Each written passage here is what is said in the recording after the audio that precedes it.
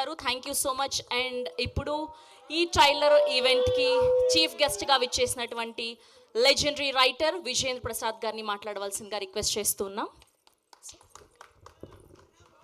Hi, good evening అండి. ఈ సినిమాలో హీరో ఆనంద్ గురించి మాట్లాడాలనుకున్నాను.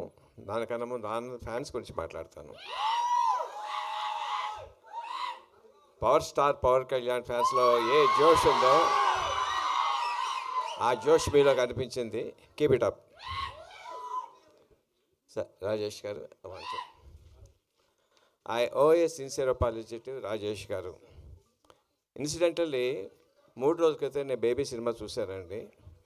దాంట్లో ఈ అద్భుతమైనటువంటి the performances of Anand costar, I was mesmerise. ఏం అద్భుతంగా స్క్రిప్ట్ రాశారో, ఏం అద్భుతంగా పర్ఫార్మెన్స్ తీసుకున్నారో. I sincerely owe my apology, appreciation. God bless you.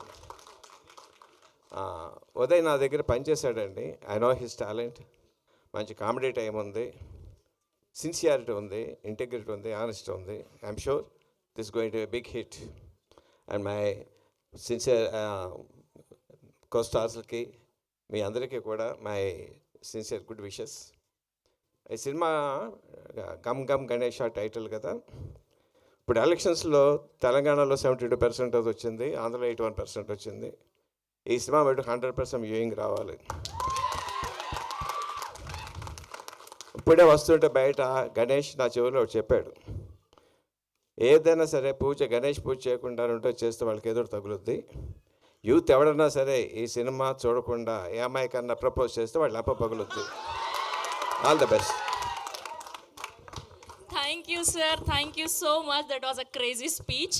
And ఇప్పుడు our cult blockbuster director 100 కోట్ల